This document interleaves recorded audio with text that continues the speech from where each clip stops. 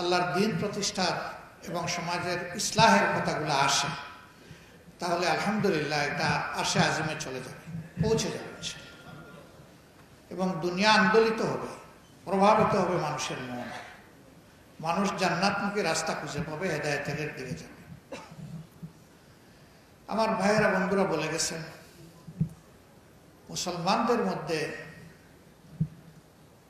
কোনো অনৈক্য সৃষ্টি হয় এমন কোনো কথা আমারও বলা উচিত নয়, আমাদের কারোর কথা বলা উচিত।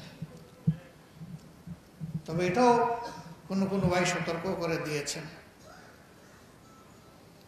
যে একজন লোকের ঈমান হারানোর জন্য এটাই যথেষ্ট যে একজন ফাসিক তার কাছে কোনো নাবা, কোনো সংবাদ নিয়ে এসেছে আর বাস বিচার না করে সেটা কবুল করে নিয়েছে। এখানে কোরআনও সতর্ক করেছে, আল্লাহ নবীও সতর্ক করেছে।